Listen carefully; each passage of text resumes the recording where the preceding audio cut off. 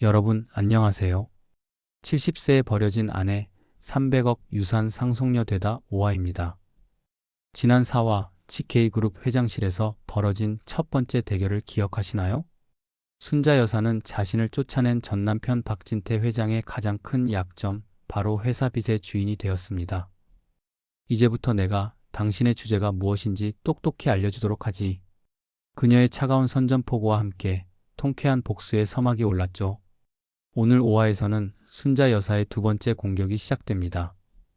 돈줄을 끊는 것보다 더 고통스럽고 더 치욕적인 복수. 한 인간의 영혼을 파괴하는 그녀의 무서운 계획이 지금 바로 펼쳐집니다. 지금 시작하겠습니다.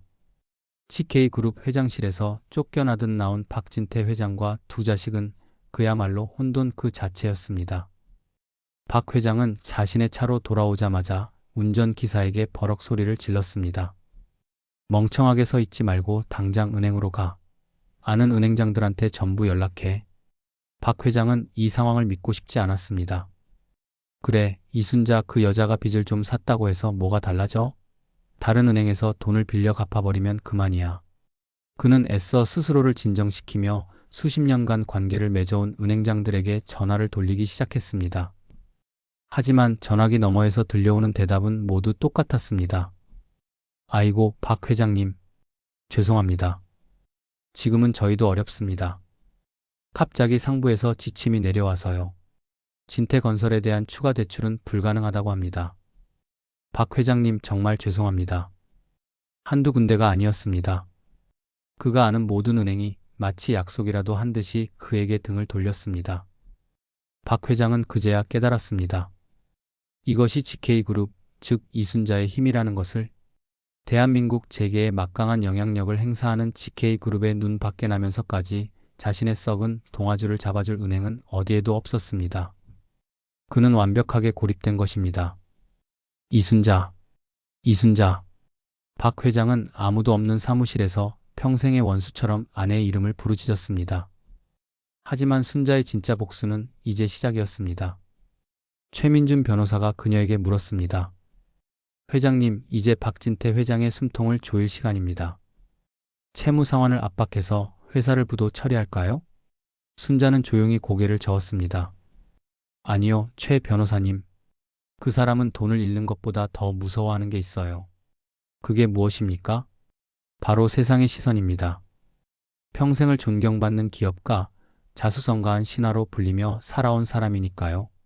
나는 그 사람이 쌓아 올린 허울뿐인 명예의 탑을 맨 꼭대기부터 하나씩 무너뜨릴 겁니다. 순자의 눈이 차갑게 빛났습니다. 다음 날 대한민국은 새로운 스캔들로 발칵 뒤집혔습니다.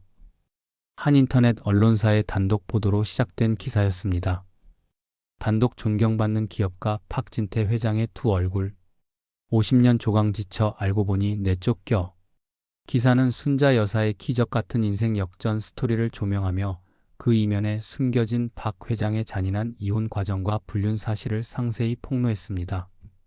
순자가 한평생 남편을 위해 어떻게 헌신했는지, 박 회장이 그런 아내에게 어떤 폭언을 하며 내쫓았는지, 그리고 그가 젊은 내연녀와 부적절한 관계를 맺어왔다는 사실까지. 모든 증거는 순자 여사의 50년 결혼 생활 자체가 증거였고 최민준 변호사의 치밀한 정보 수집이 뒷받침되었습니다. 파장은 엄청났습니다. 70대 청소부에서 그룹 회장으로라는 동화 같은 이야기의 주인공이었던 순자 여사. 대중들은 그녀에게 열광적인 지지를 보냈고 반대로 박진태 회장에게는 경멸과 분노를 쏟아냈습니다. 천사 회장님 vs 악마 전 남편. 여론은 순식간에 돌아섰습니다. 박 회장의 회사는 비윤리적인 기업의 대명사가 되었고 주가는 연일 폭락했습니다. 그가 이사로 있던 모든 사회단체와 클럽에서는 연이어 제명 통보가 날아왔습니다. 평생을 자신의 성공을 과시하며 어울렸던 친구들조차 그에게서 등을 돌렸습니다. 하루아침에 그는 존경받는 기업가에서 파렴치한 늙은이로 전락한 것입니다. 박 회장의 젊은 내연녀 역시 상황이 심상치 않게 돌아가자 그의 곁을 떠날 준비를 했습니다. 오빠, 나 이제 못 참겠어. 사람들 손가락질 때문에 밖에 나갈 수도 없잖아. 조금만 참아. 이 사태 금방 해결할 수 있어. 해결? 뭘로? 오빠 회사 곧 망한다면서? 나 돈 없는 남자랑은 1분도 같이 못 있는 거 알지? 그녀는 비웃음을 남기고 그가 사주었던 명품 가방들을 챙겨 미련 없이 떠나버렸습니다. 박 회장은 텅 빈 집에서 완벽하게 혼자가 되었습니다. 한편 아버지의 배가 가라앉고 있다는 것을 직감한 두 자식 성철과 유미는 재빨리 새로운 동아줄을 잡기 위해 움직였습니다. 그들의 유일한 희망은 이제 어머니 이순자뿐이었습니다. 두 사람은 아버지를 배신하기로 마음먹었습니다. 그들은 아버지를 따돌리고 몰래 GK그룹 회장실을 다시 찾아갔습니다. 그리고 순자 여사 앞에 무릎을 꿇었습니다.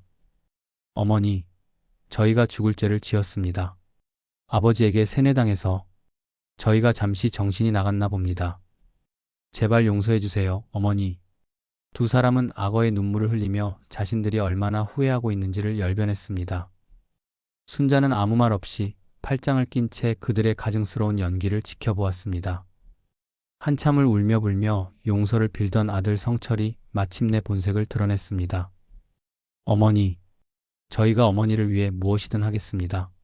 아버지 회사의 내부 정보든 비자금 내역이든 저희가 다 빼내어 드릴 수 있습니다. 그러니 제발 저희를 거두어 주십시오. 결국 돈 때문이었습니다. 아버지를 팔아서라도 어머니의 재산을 상속받고 싶었던 것입니다. 순자는 한심하다는 듯 자신의 자식들을 내려다보았습니다. 한때는 눈에 넣어도 아프지 않을 자식들이었습니다. 하지만 지금 그녀의 눈앞에는 돈에 눈이 멀어 아비의 등을 찌르려는 탐욕스러운 하이에나 두 마리가 있을 뿐이었습니다. 순자는 깊은 연민과 혐오를 동시에 느꼈습니다. 그녀가 차가운 미소를 지으며 입을 열었습니다. 용서, 좋아. 용서해줄게.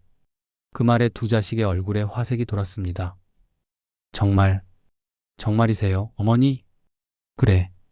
하지만 너희의 진심을 나에게 증명해 보여야 할 거야. 순자는 최민준 변호사에게 눈짓했습니다. 최 변호사가 서류 두 장과 펜을 그들의 앞에 내려놓았습니다. 두 사람은 의아한 표정으로 서류를 보았습니다. 그리고 그 제목을 읽는 순간 얼굴이 새하얗게 굳어버렸습니다. 상속 포기 각서. 순자가 얼음처럼 차가운 목소리로 말했습니다. 너희 아버지가 가진 모든 재산에 대한 상속을 포기하겠다는 각서다. 너희는 방금 아버지가 아닌 나를 선택하겠다고 했지. 그렇다면 썩어가는 동아줄은 스스로 끊어내는 게 맞아. 너희의 진심을 증명해봐. 여기에 사인해. 순자의 말이 비수처럼 두 사람의 심장에 꽂혔습니다. 이것은 잔인한 선택이었습니다. 망해가는 아버지의 회사에 남은 마지막 지푸라기, 혹은 하늘을 찌를 듯 솟아오르는 어머니의 새로운 제국. 두 사람은 각서 위에서 떨리는 손을 멈춘 채 서로의 눈치만 살피고 있었습니다. 그들의 머릿속은 오직 계산기 두드리는 소리만이 가득했습니다. 과연 그들은 아버지를 버리고 여왕이 된 어머니에게 충성을 맹세할까요? 순자는 그들의 탐욕스러운 민낯을 조용히 그리고 차갑게 지켜보고 있었습니다.